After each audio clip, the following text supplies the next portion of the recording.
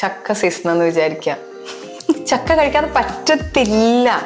പിന്നെ സദ്യ കഴിച്ചിട്ടല്ലേ എക്സസൈസ്. അതെ, നമ്മളുടെ നടൻ മമ്മൂട്ടി ആളുടെ പ്രായത്തിലുള്ളവർ എങ്ങനെയാ വേൾഡ് യോഗ ഡേയിൽ ഒരു മെസ്സേജ് കൊടുക്കാൻ പറഞ്ഞ എന്തായിരിക്കും മെസ്സേജ്?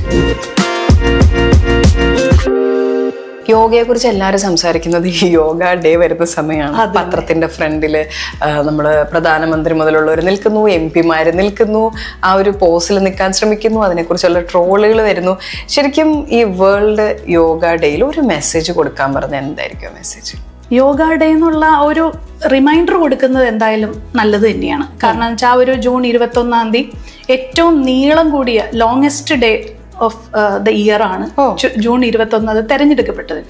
അപ്പൊ ആ ഒരു പ്രത്യേകത കൊണ്ടാണ് നമ്മുടെ സെൻട്രൽ ഗവൺമെന്റ് അത് ഇത് ചെയ്ത് അതിന്റെ തുടക്ക സമയത്ത് ഞാൻ 33 യോഗ എക്സ്പേർട്സിൽ നമ്മുടെ വിജ്ഞാൻ ഭവനിൽ ഞാൻ അതിനകത്തൊരു അംഗമായിരുന്നു എന്നുള്ളത് എനിക്ക് ഭയങ്കര അഭിമാനിക്കാവുന്ന ഒരു സമയമാണ്. അന്ന് ഞാൻ മനസ്സിലാക്കുന്നത് വെച്ചാൽ അങ്ങനെയെങ്കിലും യോഗയുടെ ഒരു അവയർനെസ് ക്രിയേറ്റ് ചെയ്യപ്പെടുന്നത് വളരെ നല്ലതാണ്.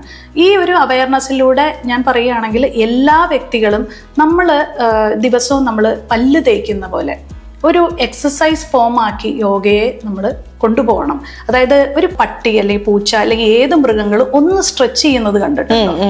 അതേപോലെ തന്നെ ആയിരിക്കണം നമ്മൾക്ക് യോഗ നമ്മളുടെ ലൈഫിൽ വരേണ്ടത്. അതാരും പഠിപ്പിക്കാതെ തന്നെ സ്വാഭാവികമായിട്ട് സ്കൂളുകളിലും കോളേജുകളിലും എല്ലാത്തിലും മാൻഡേറ്ററി ആയിട്ടുള്ള ഒരു സംഭവമായി മാറണം. അതിനെ മതത്തിൻ്റെ പേരിൽ ഒരിക്കലും മാറ്റിവെക്കപ്പെടാതെ ഒരു എക്സസൈസ് ഫോം മാനസിക ആരോഗ്യത്തിനും ശാരീരികമായ ആരോഗ്യത്തിനും ഇത് മാറ്റിവെക്കണം എന്നുള്ളത് തന്നെയാണ് എൻ്റെ മെസ്സേജ്.